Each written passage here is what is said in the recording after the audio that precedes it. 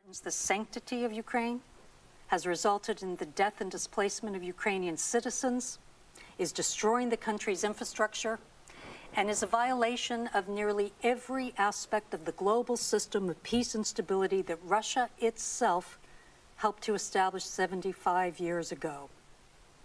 Russia needs to be held accountable for launching a war of aggression against a sovereign state and for the crimes it is committing during the conflict itself.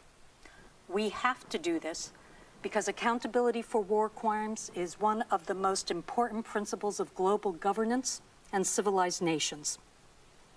Ukraine is leading the effort to hold Russia accountable, filing claims at the International Court of Justice and the European Court of Human Rights.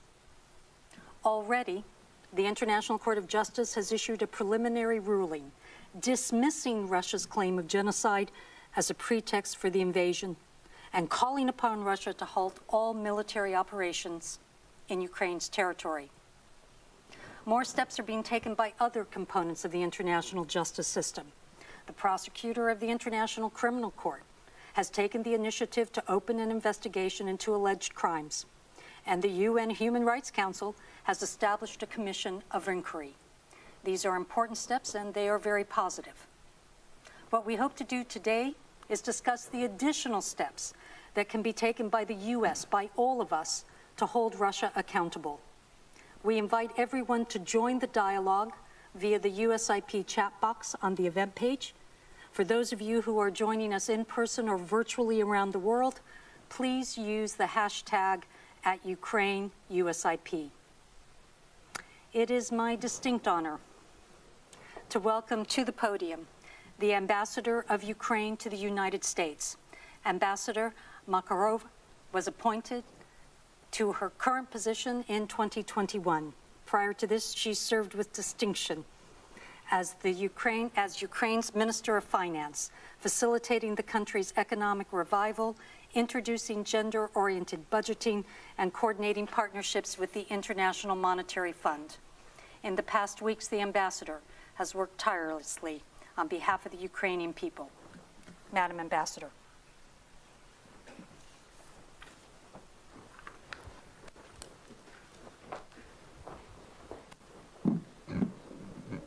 Thank you very much, President Lisa Grande, dear Ambassador Taylor, dear Dr. Stromthes and Mr. Reed.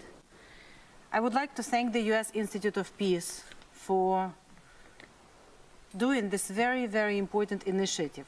And it's not just one initiative, it's a joint work that we are starting, not today, but today is the highlight when we get together to discuss a very important issue on which all of us should be working very hard and closely for the next days, weeks, months, years, whatever it will take in order to bring justice, which is very important.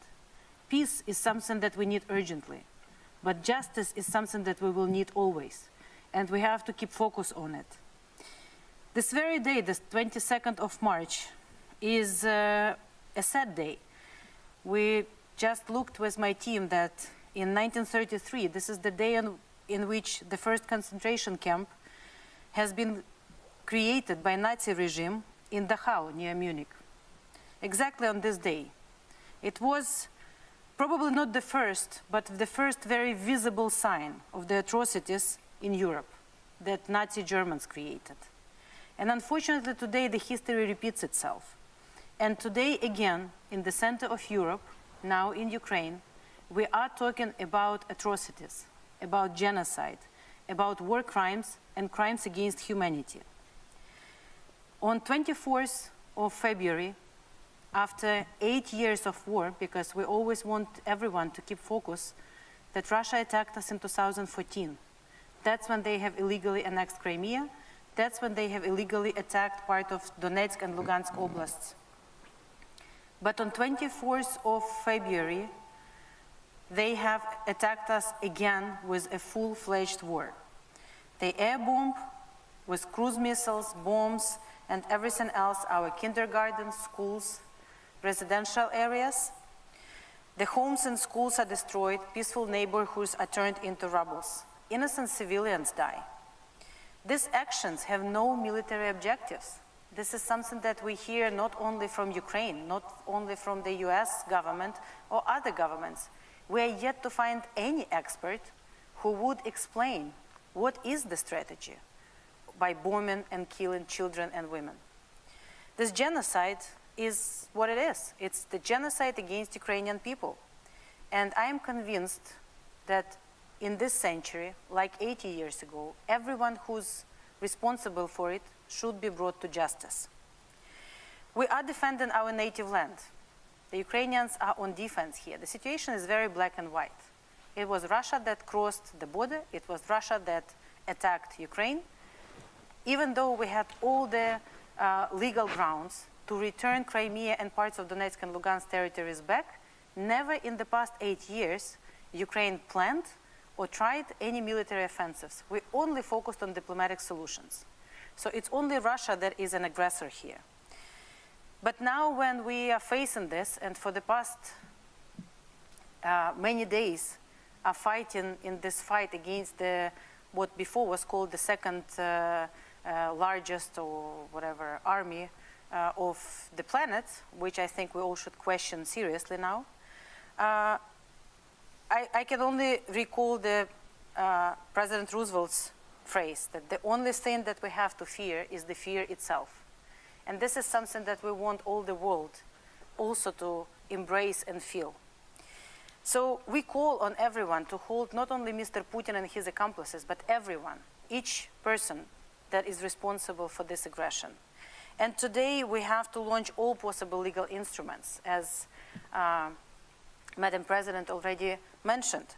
So it includes the International Court of Justice, it includes the International Criminal Court, it includes the European Court of Human Rights. We also are exploring the possibility to create a special tribunal, because we believe that the atrocities of this massive proportion deserve to be addressed in the most public and most legal ways. So what have we achieved so far? So far, as you know, that Russian crimes already have been addressed by the International Court of Justice in The Hague. On March 16th, the hearing of the ICJ ruled in favor of provisional order instructing Russia to halt the invasion in Ukraine. Now, not surprisingly, despite the fact that order has been binding on Russia under the UN Charter, the Kremlin openly and blatantly decided to disregard it. And this, I think, is a very important moment for all of us, not only to reflect or discuss, but act upon. Because if Russia wants to sit on two chairs at once, we should say no. On the one hand, it does not commit to the obligatory ruling of the International Court. On the other, it wants to continue enjoying all the privileges of international law. We don't think that all civilized world and all countries who truly believe in UN and UN Charter should allow that to happen.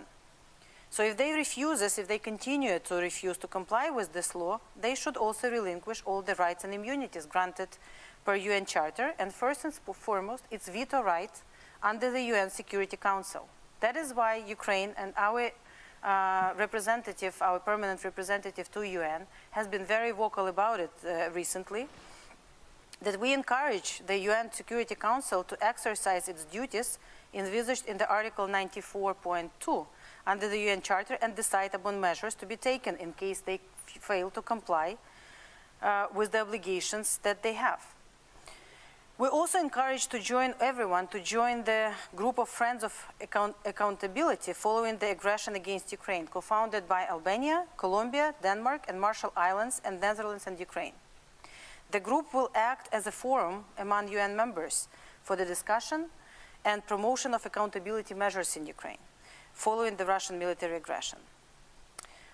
You also know that after the referral of the 39 states of the situation in Ukraine to the International Criminal Court in The Hague, on March 16, the ICC prosecutor has opened an investigation into the current events in Ukraine. And these prosecutors already started their work. They already started collecting evidences on the ground. And Ukrainian authorities are not only ready, but already are cooperating actively with them, and they are providing maximum assistance for this team. So the Prosecutor General of Ukraine and all the relevant law enforcement authorities which are involved in this already are cooperating, getting all the evidences transferred. And also, you know, we all saw that Karim Khan, in his part, already said that he has seen many pictures and video and everything from, for example, Mariupol and other cities, the suffering of people, and deliberate actions by Russians to target civilians, deliberate actions to do what is called by everyone a crime of war. Now, according to the data which you see now on the screen, and its data is already confirmed by Ukrainian law enforcement, a great number of these victims, despite the fact that we are in active war, has been already documented by Ukrainian law enforcement authorities. So it's everything. It's killing civilians, it's kidnapping, it's wartime sexual violence, it's unnecessary destruction of civilian property, actually targeting civilian property on purpose. It's manipulation of the concept of genocide, because while they are doing the war crimes and genocide in Ukraine, we still, until now, hear the public officials from Russia essentially blaming us for some kind of genocide we have planned against God knows whom. We already lost 115 children, and this is the information as of yesterday. I honestly did not find strength to look at the statistics before walking into this room, because every day we are losing more and more. They have made children a deliberate target. You know, again, it's not a war. It's not how armed forces fight with armed forces. They specifically target the civilians, and they specifically want to terrorize us. Because again, let's all return back to the day the war started or the months before that.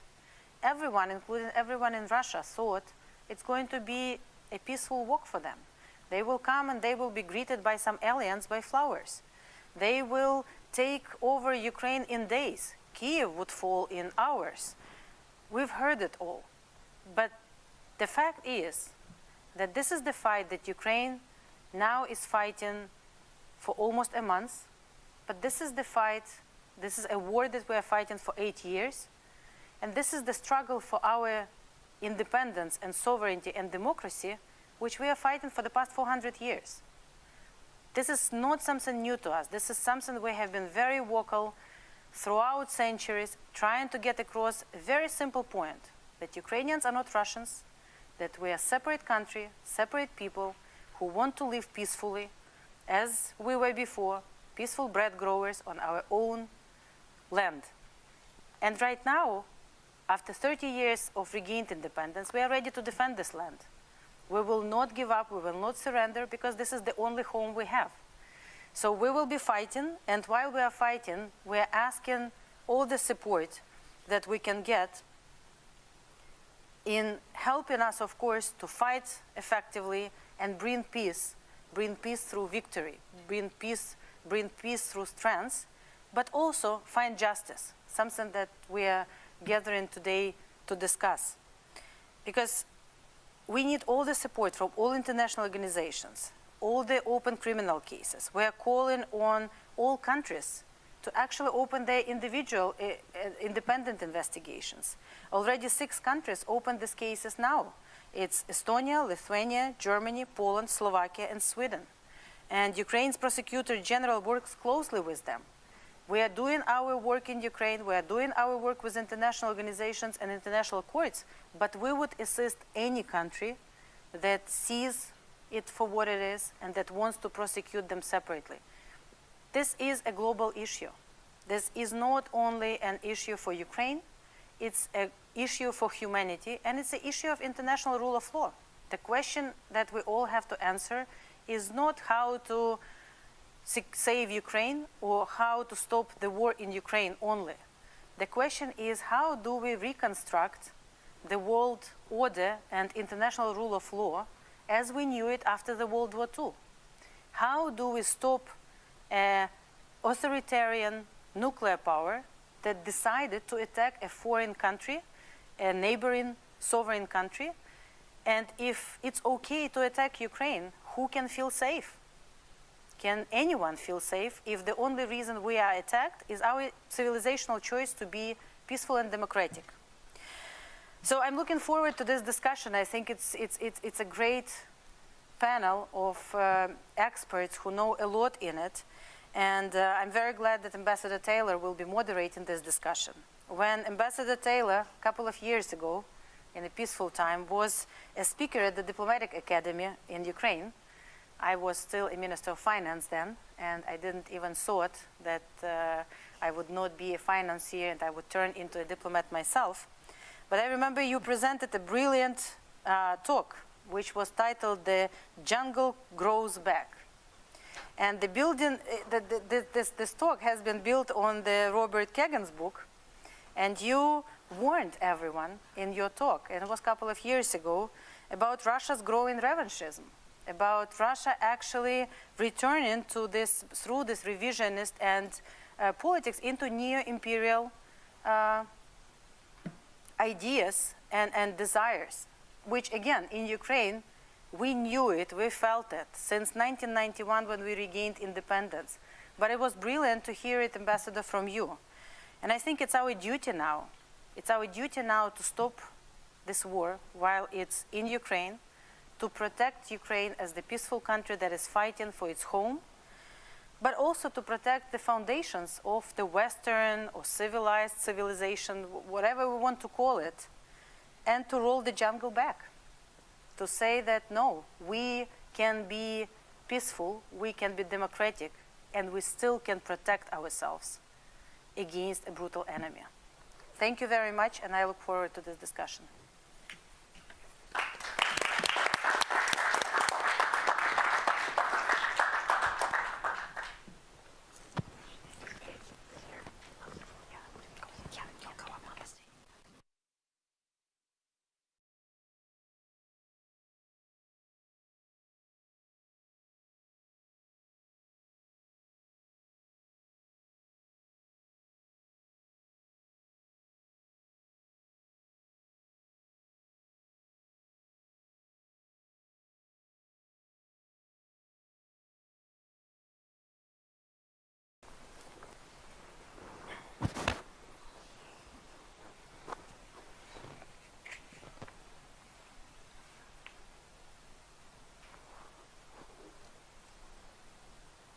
Ambassador, thank you so much for your comments and for the privilege of you being with us today.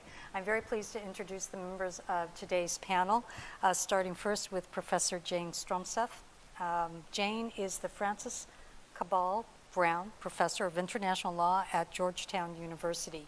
She has served as the Deputy Ambassador at Large in the Office of Global Criminal Justice at the U.S. State Department and as the Senior Advisor on the Rule of Law and International Humanitarian Policy at the Department of Defense, where she worked on the establishment of an Atrocity Prevention Board.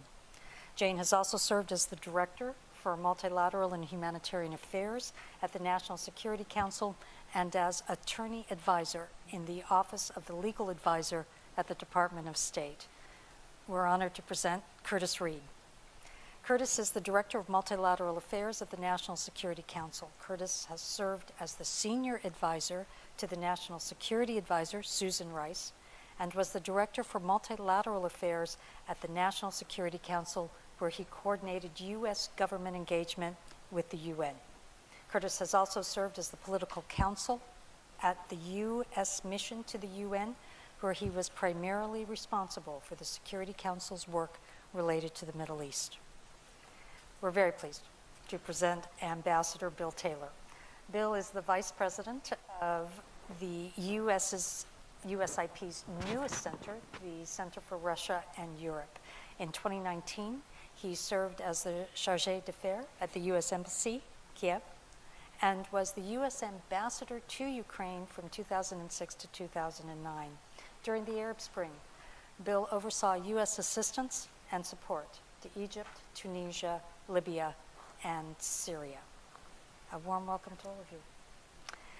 Jane, if you allow, we're going to start with the first question to you, and what we're hoping you will do is to walk through with all of us the currently existing justice mechanisms which are available to address or redress the types of war crimes which the ambassador talked about in her comments to us. And that would include the unprovoked aggression, where Russia invades a sovereign country, but also the crimes committed during the conflict itself. And as you and I were discussing before we came in this morning, we'd be very interested in your views on which of these mechanisms you actually think is the most effective. Great, thank you. Thank you, Lisa, and to everyone at USIP for bringing us together on these important issues. I'm honored to be here. As the ambassador discussed so powerfully, the brave people of Ukraine are enduring horrific atrocity crimes in the aftermath of an unlawful, unprovoked aggression launched by Vladimir Putin, and those responsible must be held accountable. In fact, failure to stand up to those who order and commit such crimes only emboldens their sense of impunity. And Putin's past aggressive acts and atrocities in Ukraine and elsewhere have only emboldened him, and that impunity has to stop.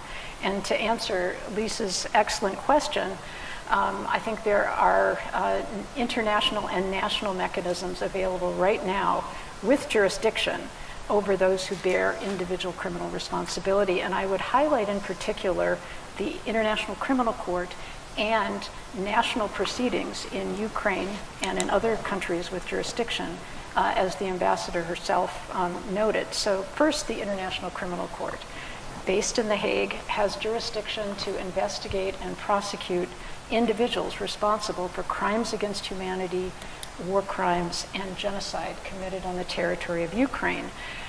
Ukraine declared its acceptance of the court's jurisdiction 8 years ago, and again in 2015, following Russia's military intervention in Crimea and the Donbass, essentially giving the court jurisdiction from 2013 on to the present day.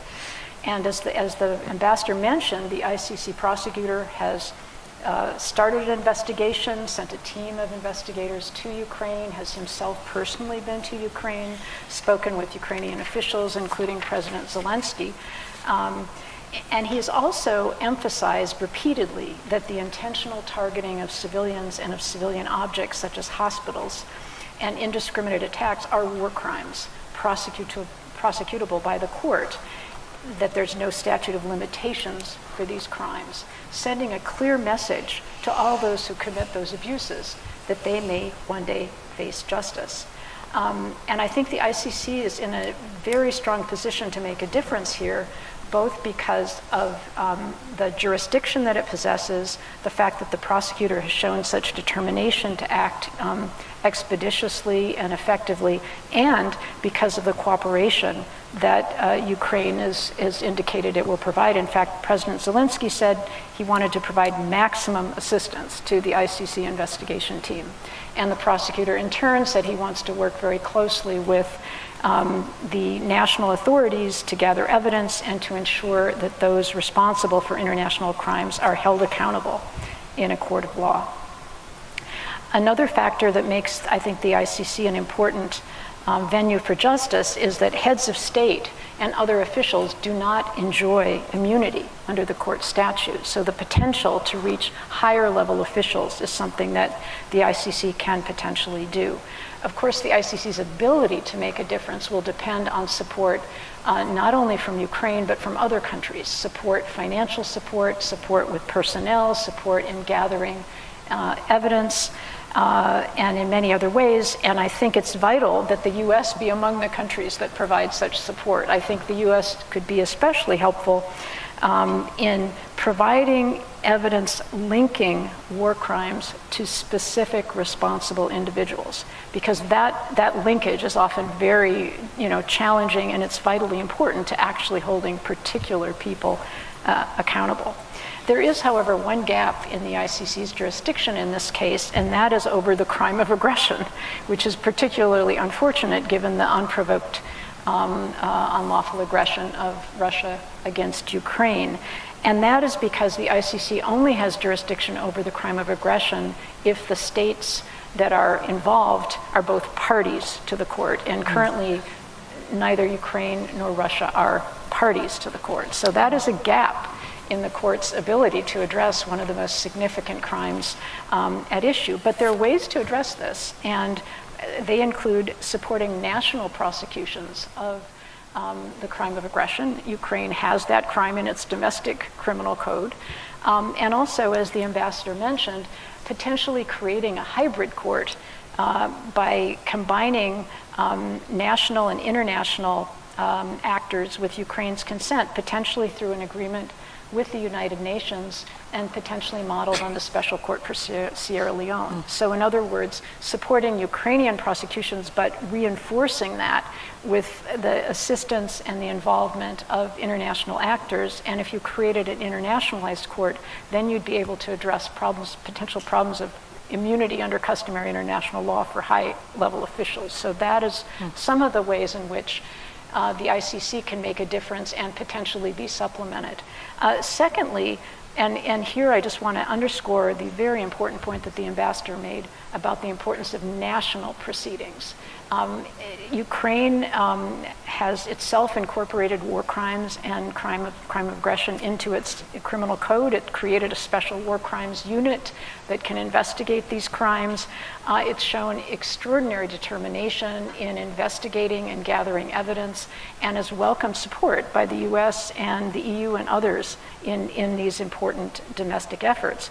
And the ICC will only be able to prosecute a small number of cases given its global mandate to address atrocities in so many parts of the world. And so national prosecutions in Ukraine will be essential. And indeed, there may well already be some, depending on where the evidence leads, some Russian forces currently held in Ukraine that might potentially be subject to prosecution by national courts. In addition, as the ambassador mentioned, there are other national courts in Europe that have jurisdiction over atrocity crimes, and they are beginning to investigate. And what's so important about this is this can help build a web of accountability, a broader sort of network and web of accountability that sends a message to those who commit these horrific crimes that they can run, but they cannot hide, and they will enjoy no safe haven. And so I think building that web of accountability through national prosecutions that supplement the work of the ICC, I think those are the most vital and important ways to proceed. I will mention just briefly also a third mechanism, which is the UN Human Rights Council's creation of a commission of inquiry to investigate human rights abuses and violations of international humanitarian law.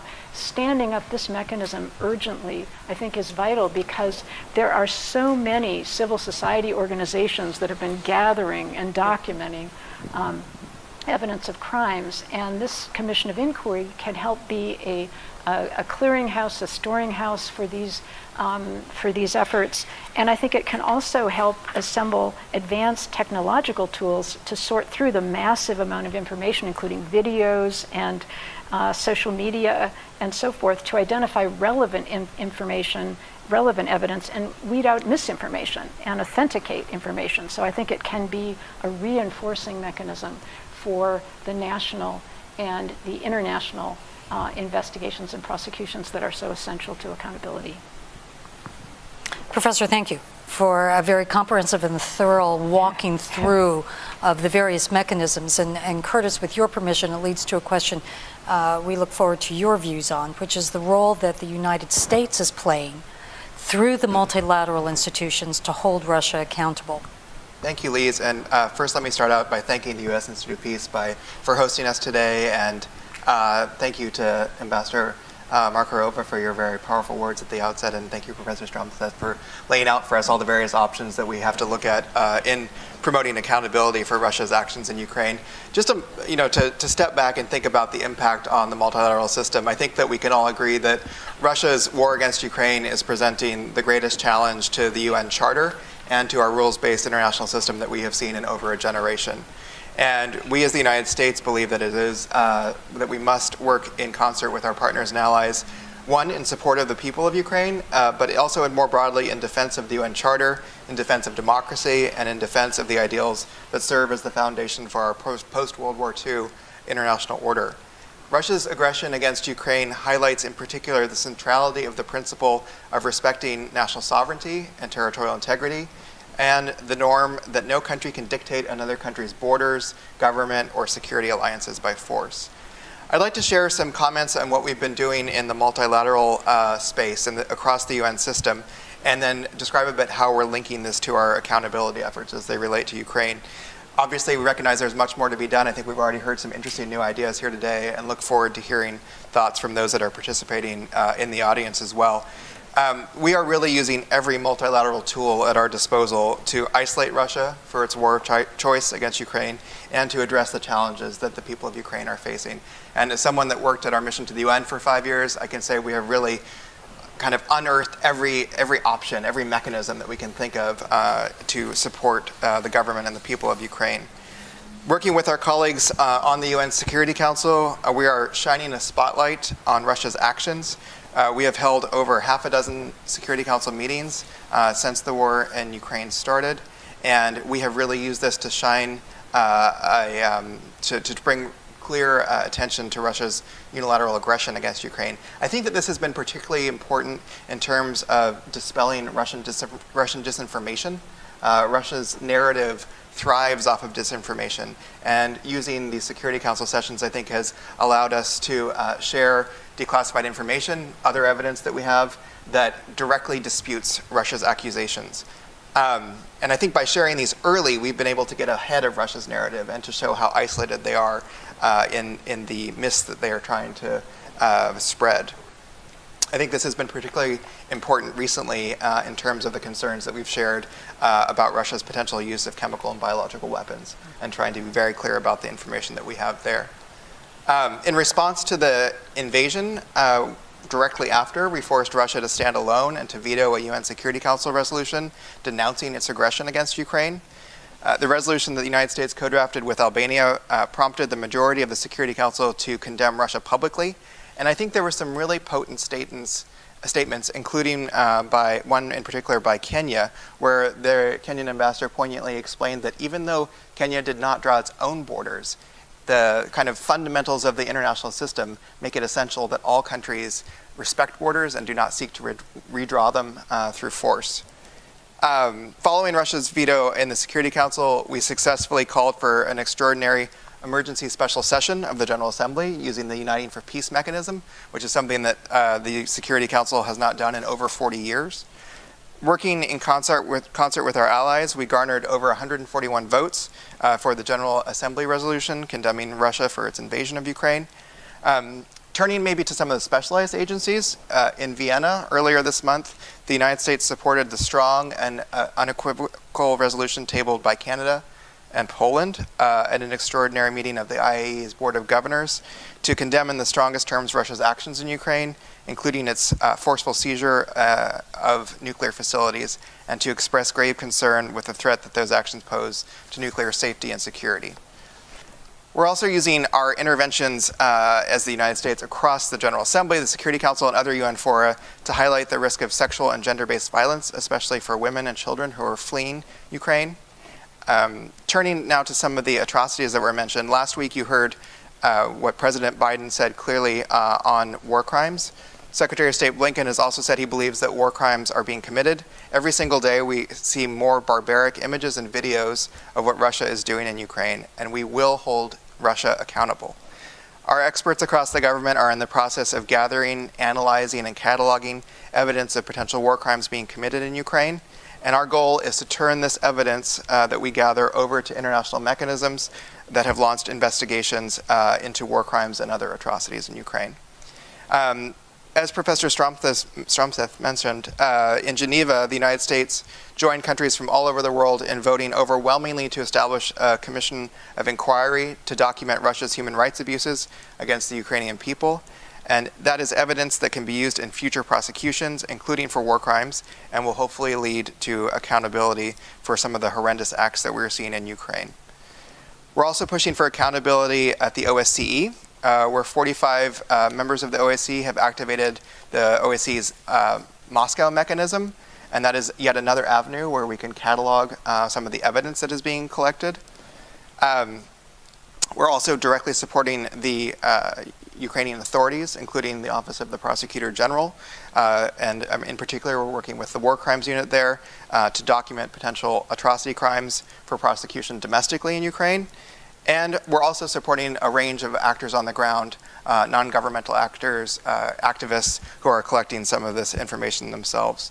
Additionally, we welcome Prosecutor Karim Khan's announcement to open an investigation at the International Criminal Court, and we are particularly appreciate his focus on preserving evidence of possible atrocity crimes.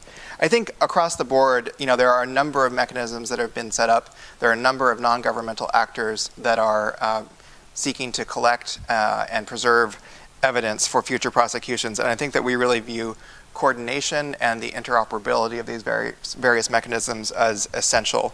And as the ambassador mentioned, we have the Group of Friends for Accountability in Ukraine, which is something the U.S. was proud to join last week. I think that could serve as a useful mechanism for some of our coordination efforts. So I think that the various initiatives that I've shared can kind of highlight how essential the multilateral system is to the pursuit of accountability in Ukraine. And we are going to continue to work closely with our Ukrainian partners, with our other partners and allies around the world to leverage every element of the UN system that we can to ensure that justice is done to those who've committed crimes in Ukraine. Curtis, thank you. It's very striking, Professor, listening to you, Curtis, describe the way in which the spider's web of accountability is being woven and just how strong and dense that web actually is. Bill, that leads us to a discussion you and I and others have been having earlier about the sensitivity and the relationship between a negotiated end to the war and yet holding the perpetrators of that invasion accountable. This is not an easy question to address. You know Ukraine very well, and we'd be very interested in your view on that. Please, thank you. Ambassador, it's great to be back with you again, and your great team. Thanks. Katja Smagli does, as I say, wonderful work. She was there when we were talking about the jungle that you mentioned in your remarks, and so it's an honor to be here. Let me just emphasize a couple of things, Ambassador, that you said, and it gets to your question, please. One is you said this is black and white. Many of us. I fought in a war that was morally ambiguous. This is not morally ambiguous. This is exactly what you said. This is black and white. This is crimes. This is aggression. This is unprovoked. This is innocence on the other side. This is black and white. So you're exactly right. And you mentioned that the world had thought that the second best army in the world would be in Kyiv in days, hours, you said. It turns out that this army is the second best army in Ukraine. Because the Ukrainian military has shown to be heroes, and Ukrainians have been seen to be heroes. And your president has been seen to be a hero. So this is an inspiration to institutions like this. It's an inspiration to the world. And so it's a congratulations to you and your country. Accountability, foundational to the United States, to all of our work that we've talked about here. I was just sitting here as you were speaking, and I got a message from my son, who is a prosecutor, and he has been arguing in court that a man was guilty of killing 2 other men, and he had to prove it in this court. A lot of time and effort went into that trial to prove one man guilty of killing 2 men, and to think what is going on in your country, that is one man guilty of killing tens of thousands. That court where my son has established accountability, we need to establish accountability here as well. And as you've pointed out, Professor, in order for that accountability to be accomplished, Ukraine has to win. Ukraine has to win in order to do all the things that we've been talking about here, in order to bring this man and the others. You listed a lot of people who are guilty of these crimes on your slide. And in order to bring them to account, Ukraine has to win. And so we will do this. At least your question about negotiations is an important one. And only the Ukrainians and only the Ukrainian leadership can decide about these negotiations. Certainly not for us to say anything really about what should happen. And these are hard questions that, Ambassador, you know better than anyone about the terms of negotiations. We will support you. We, the Americans, probably the U.S. government, will support you on that negotiation, on how that happens. And we need to be careful, exactly as Lee said, about how we talk about and implement these war crimes discussions. We want to be supportive of your negotiations. We want to be supportive of ceasefire, withdrawal of Russian forces. That has to happen, and then this work has to happen. Bill, thank you very much.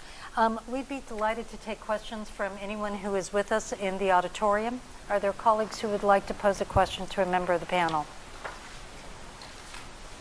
We have Jonathan.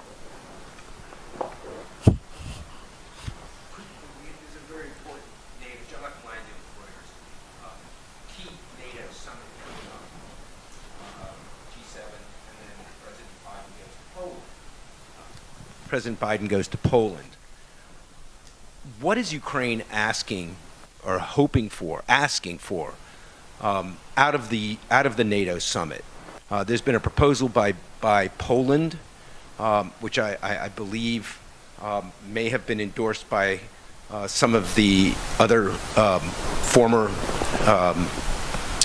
East Bloc states that are now members of NATO, to create humanitarian corridor protected by peacekeepers. Is there a realistic expectation that that could happen? And I would put the same question to Curtis, too, about the possibility of a humanitarian corridor protected by peacekeepers being a concrete result coming out of the NATO summit. Thank you for the question. I will ask my US colleague to answer, as we are not around the table in NATO. But I will just say that the ask from Ukraine, whether to the United States as our strategic alliance partner and friend, or to other democratic nations, or to NATO, or to UN, or everyone at this point in the world, has been very consistent and the same. First, we need to stop the war. In order to stop the war, we need all the weapons everyone ready to provide to us, as we are ready to defend our country until the victory. We need all the sanctions everyone are ready to increase and deepen in order to isolate Russia and make them stop by sanctions. We need all the pressure that the international community can apply to Russia to stop. Again, Russia has shown that they only respond to strength and power. And we all have to show that civilized democratic people can be strong.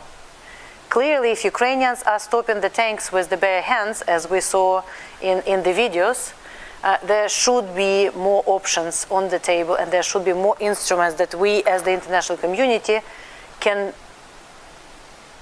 get out from the toolbox in order to stop Russia. Now, of course, the humanitarian corridors and getting the supplies into Mariupol, which has been besieged for 15 days without food, water, and being shelled and on an hourly basis. 80% of the city is destructed. Kharkiv, Chernihiv, other places. So we, of course, are fighting, and we are not ready to surrender. But as our president said, even though he's showing remarkable bravery and resolve to continue and defend the country, we will negotiate. We will try to save every life possible. So whatever the international community can do to force again Russia to adhere to any of the humanitarian corridors, allow us to get the civilians out, allow us to get the supplies into the cities, we are ready to sit and negotiate around the table. But for this particular meetings in Europe, I will ask my U.S. colleague to Ambassador, comment. and I won't get ahead of anything that the President will say while he's in Brussels and in Poland, but Just to reiterate what the ambassador said, the U.S. has been very strong in our support, both in terms of defense articles for Ukraine as well as in humanitarian assistance. I think you've seen generosity from the Congress and huge support from the executive branch as well. We have also been trying to work as best we can behind the scenes to work with the UN and other international organizations to facilitate the passage of humanitarian supplies, to establish humanitarian pauses, implement humanitarian corridors so that civilians who are fleeing can come out, supplies can flow in. It's obviously been difficult, and some cities are particularly in a very difficult situation right now, given the actions of Russian forces. I will say that I don't think that the establishment of humanitarian corridors by force is necessarily going to be successful, because I think that that is simply going to lead to conflict between whichever entity would establish those humanitarian corridors and the Russians. I think we need to continue to work to see if we can establish through negotiations humanitarian corridors, humanitarian pauses, so that we can get supplies in and people out. Are there other questions from the floor? Madam? Madam Ambassador, I have a question from Carol Castiel from Voice of America News. She would like to know, what do you think the West should do if Putin resorts to chemical weapons attack on Ukraine? Should Putin resort to using chlorine gas on Ukrainians that skirts the chemical weapons ban? What will or should the West do? Better yet, can we preempt his use of such heinous weapons? Thank you. Thank you. I've been asked many times what the West should do, and I think this question should be directed to West first and foremost. But as a Ukrainian, I can tell you that I think in 2014 and 2015, when Russia did exactly what they're doing now, but on a smaller scale, that is the moment when all the sanctions, strong sanctions, should have been implemented. That is the moment when everyone should have said no to business as usual with Russia. We are very pleased that we have now the strong response, that we have US leading the effort, not only in supporting us, but also in sanctions and everything else. But we all together, as the democratic world, are catching up with Putin. He's driving his aggressive agenda, and we are responding. And I think it's time for us to think, what is it that we together are ready to do in order to stop him? And clearly he shows to all of us that when he feels that we are not ready for decisive actions, that's when he advances. When he feels that there will be no repercussions for his action, that's when he does something more. We clearly have shown also in Ukraine that on the ground, he's not very successful. None of his initial objectives, whatever that was, have been achieved. No major cities, Kyiv, and our very motivated and very effective armed forces, which has been built from zero, from scratch in 2013, when the previous president and all government fled the country following the democratic revolution of dignity. We found out our country without money, without institutions, without army, without anything. And during the past 8 years, we have built it from scratch. And we have reformed so many areas of our governance inside the country, and we see the results. Maybe this is something that we have to also apply on a global scale. If all these instruments and forums and international organizations that we're engaged in now, if we are not able, or they cannot respond to the threats of the 21st century, maybe we all together should think about how we can reform it in order to react properly and stop Putin. Ma'am. Hi, Kim Dozier, CNN analyst. I wanted to ask if the shipments from the U.S. coming in are going to be enough for the next 2 weeks, the next month, and also on the MiG-29s. We reporters get told by the Pentagon, et cetera, that part of the reason that the Biden White House doesn't want to send them in is it could be escalatory to send them via NATO. And the other part is because of the fleet of MiG-29s you have on the ground have had maintenance problems, and you haven't been able to fix those. That's why some of them aren't flying. So they don't want to send you more MiGs to have to try to keep in the sky. Is there anything to that? Thank you. Well, I hope you will understand that I will not respond to any specific questions on the weapons, because we need to win this war and we don't need the enemy to know and all the details. So I'm a bit, you know, shouldn't use upset word, but surprised that these discussions are in the press rather than being internally. But what I can tell you publicly is that we need all the support we can get, with a special focus on anti-air and planes and everything we can get in order to close our sky, as we say. So while we are asking everyone who's ready to help us in it, and understand that there is not a political, or there is no readiness yet for some more radical actions by our friends and partners, but we need all the weapons in order to do it ourselves. We never asked troops on the ground, actually. Our army is ready and capable and is very motivated to do it. But we need, as Sir Churchill said once, you know, give me the tools and I will do the job. Our army needs all the tools to do this job. And we see now that the largest devastation that Ukraine is having is from the air. With not being able to fight effectively on the ground, not being able to advance, they resorted to pure terror. They just bombing all the cities, whether it's Kyiv, Kharkiv, western, eastern Ukraine, from the air. And this is something that we have to address urgently. So any support there, and again, I will not go into detail, but our friends and partners all know what we want and why. Thank you. I believe we have a question, sir. Thank you, Joseph Habush, Alarabia English. We've spoken a lot, obviously, about the West and their role, and its role in ending this war. More or less, most of the Western countries are united in their stance. You have a handful of countries that are maybe haven't come out and condemned Russia's invasion, be it China, Belarus, Iran, and a number of others. Can you talk to us a little bit about the role you believe, Ambassador, you believe China can play, and do you believe that this war can come to an end if China is pressured? And then Curtis, if I may, I'll try, I might be able to guess your answer, but can you elaborate a little bit more as well on how communications are going with Beijing following, you know, the recent calls between U.S. and officials led by President Biden? Thank you. A quick comment from me. First, you mentioned Belarus. They are not neutral. Our territory is being targeted from the territory of Belarus. The Russian troops that attacked Ukraine from the north came from Belarus. So by any rules or explanations, they are party to this conflict, and they are not party on our side. So they are as responsible for this brutal aggression. Not as responsible probably as Russians, but they are participating in it already, although we really hope that you know, the Belarusian people will stop their military from participating in this war.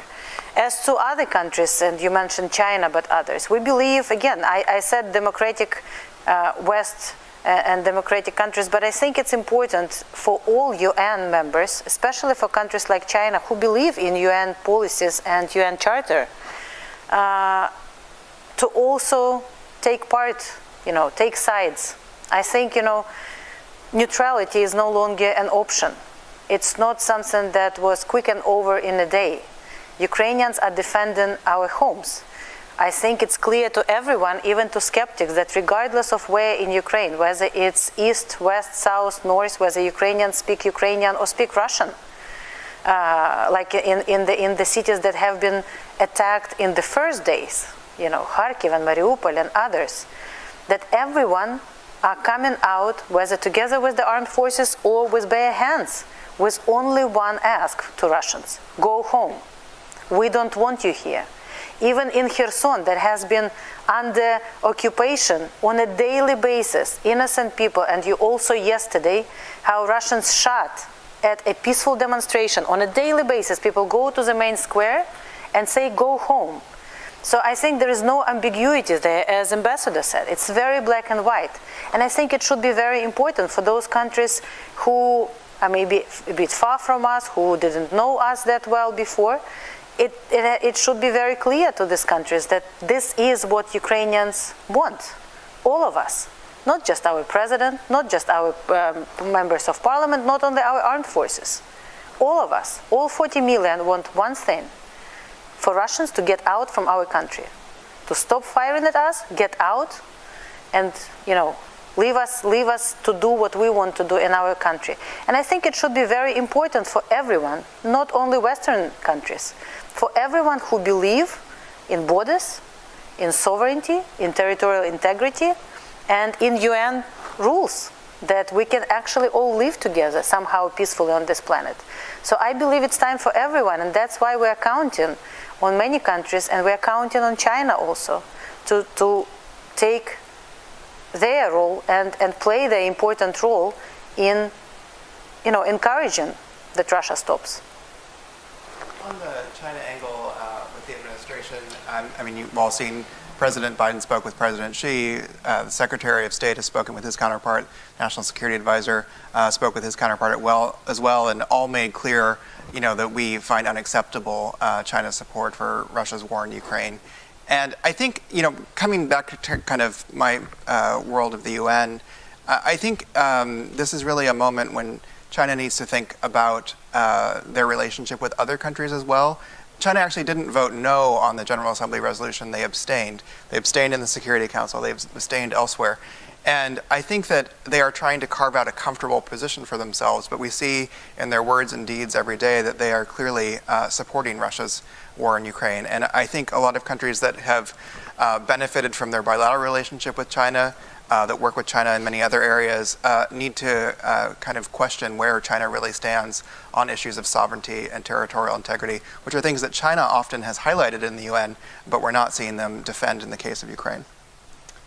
We're nearly at the end of our discussion today. May I ask if there are final questions from the floor?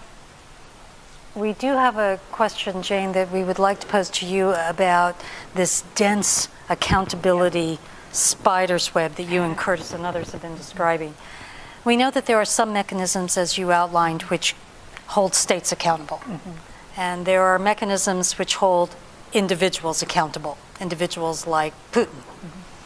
In your view, you are one of the world's great experts in this domain. Which of these mechanisms do you think is the most effective in this case with Russia's aggressive, unprovoked invasion of Ukraine? I think the Ukrainians have shown us the need for multiple mutually reinforcing approaches to accountability, and I commend them for taking this issue to the International Court of Justice for state responsibility, to the European Court of Human Rights, as well as looking at international criminal mechanisms, because I think we need to have all of these. I don't think it's one or the other, either or. It needs to be a mutually reinforcing accountability strategy. And just to underscore a couple of things the ambassador said, which I think are really important, prevention is obviously critical. Trying to prevent these horrific crimes and the harms before they happen, and doing more and doing better. And I think if the web of accountability can be built more robustly going forward, there's a greater prospect for that. And a second point she made, which I also want to really agree with, is the need to think creatively about new institutional structures. At the end of World War II, the Universal Declaration of Human Rights was adopted, affirming human dignity and equality, and was the foundation for human rights instruments that have really been transformative. And I think this is such a moment. And I think Ukraine is showing us not only what to fight against, but what to fight for. Human dignity, human rights, democracy, and the need to build not only accountability for violations of fundamental norms, but to build structures that can prevent those violations and can help to reinforce the fundamental rules of international law on which peace and security depend. Thank you. Ambassador, may we invite you for final comments? Just want to thank everyone for the Institute of Peace, first and foremost, for bringing us together. Every day is a challenge. Every day brings pain to Ukraine, but as our president says, every day brings us closer to our victory. And we believe it. We believe that, because we are fighting this righteous war, because we are defending our home, because it's us who were attacked, we have to win it. And after we win it, and hopefully with global help, we will be able to do it faster. We all have to ensure that this will not happen again, which means also that we have to use all the tools possible in order to address the reasons why it happened. You know, everything that is wrong with Russia that led to this moment. So whatever Mr. Putin was talking about, all this demilitarization and other stuff, I think this is, it's clear to everyone that if anyone has to go through it, it's Russia. It's Russian Federation with all these aggressive actions against Ukraine and aggressive intentions against everyone else. But right now, I think we all have to focus first on how to stop this war and how to stop the suffering and how to help Ukraine defend itself. And I would call on everyone to do everything possible to make it happen. Madam Ambassador, thank you for being with us. It's an honor to have you. Bill, thank you. Curtis, we're delighted you're with us. Professor, thank you for educating us. You know, when the U.S. Institute of Peace was talking about this kind of event, we did a quick history of peace agreements and negotiated ends to wars where the issue of accountability was subsumed under the political imperative. And every time that happened, justice wasn't done, and there was more conflict later. And this is why we think it's so important that the issue of accountability be first and foremost up front in this conflict right now. And this is why we're grateful for all of you for being with us. Thank you very much. And we look forward to welcoming everyone back to U.S. Institute of Peace.